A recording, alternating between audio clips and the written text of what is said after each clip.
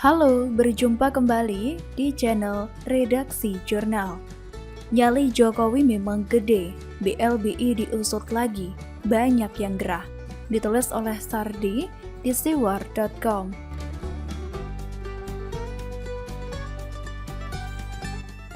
Pada Juni 2021, pemerintah resmi membentuk Satuan Tugas Penanganan Hak Tagih Negara Dana Bantuan Likuiditas Bank Indonesia atau BLBI. Ini buntut dari BLBI yang menyebabkan kerugian negara. Pembentukan Satgas ini adalah tindak lanjut dari keputusan Presiden nomor 6 tahun 2021 tentang Satgas Penanganan Hak Tagih Negara Dana BLBI. Satgas ini dibentuk untuk menagih utang sebesar 110,4 triliun rupiah dari para obligor atau debitur yang terlibat dalam kasus BLBI pada tahun 1997 hingga 1998. Tidak butuh waktu lama, Satgas BLBI mulai menyita aset-aset para obligor dan debitur penerima BLBI. Menkeu Sri Mulyani mengatakan, aset-aset yang disita adalah aset tanah dan bangunan di 4 tempat berbeda. Total ada 49 bidang tanah yang luas mencapai 5,29 juta meter persegi tersebar di Medan, Pekanbaru, Bogor, dan Karawaci, Tangerang. Dan aset tersebut sekarang telah menjadi milik negara. Pemerintah juga menyita aset properti yang berada di lingkungan Lipo Karawaci dengan luasan sekitar 25 hektar. Alasan pemerintah mengejar para obligor dan debitur BLBI adalah karena sampai saat ini negara masih menanggung utang pokok dan beban bunga dari BLBI tahun 1998 silam. Kejadian ini sudah lama, lebih dari 20 tahunan yang lalu, tapi negara harus masih menanggung biaya tersebut. Biaya tersebut yang kemudian berusaha diatasi pemerintah untuk meminimalkan atau dikurangi, yaitu dengan melakukan negosiasi dengan para obligor dan debitur untuk membayar kembali. Dengan dibentuknya Satgas BLBI, maka langkah awal pemerintah adalah mulai memanggil nama-nama obligor dan juga debitur untuk menyelesaikan masalah utang tersebut. Secara keseluruhan, besar utang yang ditagih adalah senilai 110,45 triliunan rupiah. Sri Mulyani ingin dana itu segera dibayar karena kasus ini sudah terjadi lebih dari 20 tahun. Dan jika obligor dan debitur tidak menunjukkan niat baik, tidak mau menemui Satgas BLBI, maka pemerintah akan mengumumkan nama-nama tersebut kepada publik. Salah satu nama yang sedang diperbincangkan adalah putra Presiden Soeharto, Tommy Soeharto. Tommy diketahui tidak memenuhi panggilan Satgas BLBI secara tertulis 2 kali. Kali ketiga ketika pemanggilan dilakukan lewat koran. Tommy menemui Satgas BLBI diwakili oleh kuasa hukumnya. Tommy Soeharto tersangkut kasus ini dan dia dipanggil oleh Satgas BLBI yang menagih utang sebesar 2,6 triliunan rupiah dan harus dibayar ke kas negara.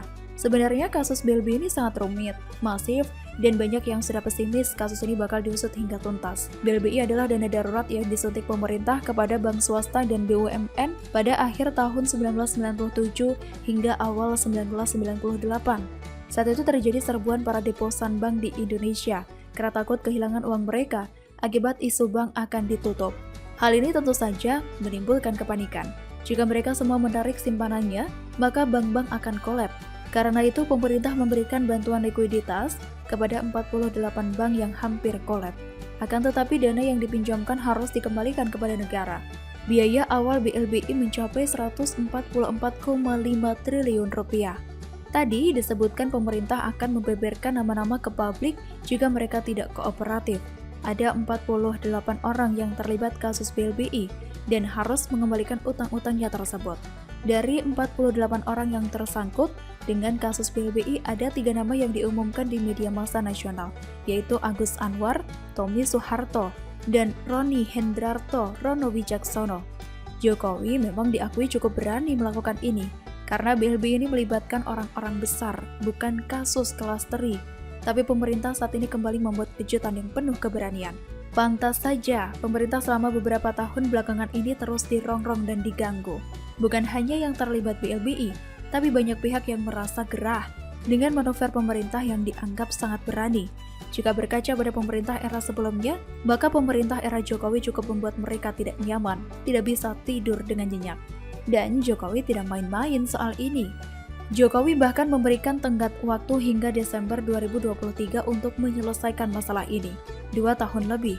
Ini buktikan nyali Jokowi yang sangat besar. Salut. Begitulah kura-kura.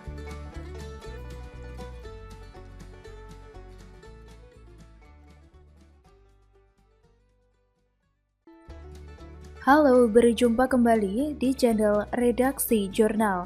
Ngebet maju cawapres sampai kebelet, ngambil sampel dari masa 212. Arif Rahman, mending AHY, meski sama-sama halu. Ditulis oleh tim redaksi dari berbagai sumber. Pegiat media sosial Arif Rahman turut mengomentari soal Novel Bamukmin yang ingin maju sebagai calon wakil presiden atau cawapres mendampingi Anies Baswedan di tahun 2024 nanti. Arif Rahman menyindir bahwa Ketua Umum Partai Demokrat Agus Harimurti Yudhoyono masih lebih baik dibanding Novel Bamukmin, meski keduanya sama-sama halu atau suka berhalusinasi. Hal tersebut disampaikannya dalam video berjudul Novel Bamukmin ngaku didukung 130 juta orang yang tayang di 2045 TV pada Jumat 27 Agustus 2021.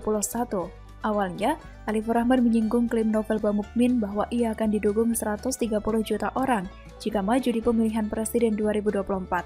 Ia mengatakan bahwa jumlah pendukung Novel itu jauh lebih tinggi dibanding suara yang diperoleh oleh Joko Widodo dan juga Prabowo Subianto di Pilpres lalu.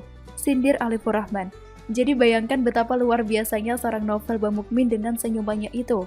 Arif Rahman melontarkan sarkasme bahwa jika Novel Bamukmin masuk ke partai kecil yang tak lolos ke Senayan, maka mereka bisa langsung menang pemilu mengalahkan PDIP. Tapi, kata Arif Rahman, setelah ia baca beritanya gitu, ternyata 130 juta orang ini, itu ternyata hasil prediksi. Arif Rahman mengungkapkan bahwa menurut Novel Bamukmin, jumlah orang yang datang di 212 adalah 13 juta orang. Arif Rahman juga menjelaskan, dari 13 juta orang ini, katanya, itu masing-masing mewakili 20 orang lainnya di desa masing-masing. Jadi 13 kali 10 ketemulah 130 juta. Arif Rahman lantas menyindir bahwa dari pernyataan Novel itu tampaknya ia memang sudah siap menjadi pejabat. Karena lanjutnya, Novel Bamukmin nampak sudah lihai dan ahli dalam memainkan angka-angka. Arif Rahman juga mengatakan, dan itu sangat sesuai dengan visi misi Anies Baswedan gitu, sebagai ahli kelebihan bayar. Menurut Arif Rahman, Novel dan Anies nampaknya sangat cocok, satu guru dan satu ilmu. Namun lanjutnya, dari segi persiapan atau modal, Novel tentu tidak sebanding dengan Anies. Kata Arif Rahman, Anies sudah jadi gubernur, pernah jadi menteri, sementara Novel ini cuma pernah maju sebagai calon anggota DPRD di Jakarta. Itu pun kalah. Pimpinan Seaword itu juga menyinggung hal lain yang menjadi modal Novel untuk maju sebagai cawapres, yaitu pernah dipenjara karena demo. Dari dua modal tersebut, ia lantas menilai bahwa Novel Bamukmin adalah orang yang sangat halu. Kata dia, masih mending AHY. AHY ini maju sebagai cagup, ia kalah juga sih, tapi kan levelnya cagup, bukan DPRD. Ia juga menambahkan, masih mendingan AHY gitu ya, gak pernah dipenjara AHY, meskipun juga sama-sama halu. Wajar kan, kalau orang ini sedang berhalusinasi? Sampelnya masa orang-orang 212. Ya, hasilnya jelas lah. Tapi itu bakal jadi survei yang tak kredibel, hanya mengambil sampel sejenis yang tidak random. Kita balik lagi, kalau sampelnya kubu pendukung pemerintah, Novel pasti kalah telak melawan sandal jepit sekalipun. Logika orang ini agak kacau dan berantakan memang.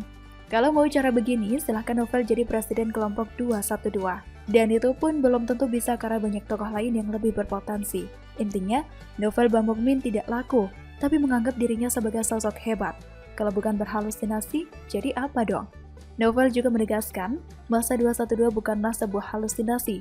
Dia menganggap masa 212 adalah karunia Allah yang terbesar untuk Indonesia semenjak dunia dan manusia diciptakan. Kata dia, baru ada masa bisa berkumpul sampai sebanyak kurang lebih 23 juta pada 2018 lalu. Dan masa 212 bisa membuat sejarah penjemputan penumpang terbanyak di dunia, yaitu penjemputan IBHRS atau Imam Besar Habib Rizik Syihab dan belum ada sejarahnya juga. Hahaha, parah nih orang. Masa 212 memang ada, tapi mikir dong, 23 juta orang. Hello, itu jumlah penduduk se-Jabodetabek. Jumlah penduduk DKI aja di kisaran 10 hingga 11 juta jiwa. Gimana caranya muat 23 juta muat di Jakarta? Hello, ngeri nih orang kalau ngomong, bombastis sekali.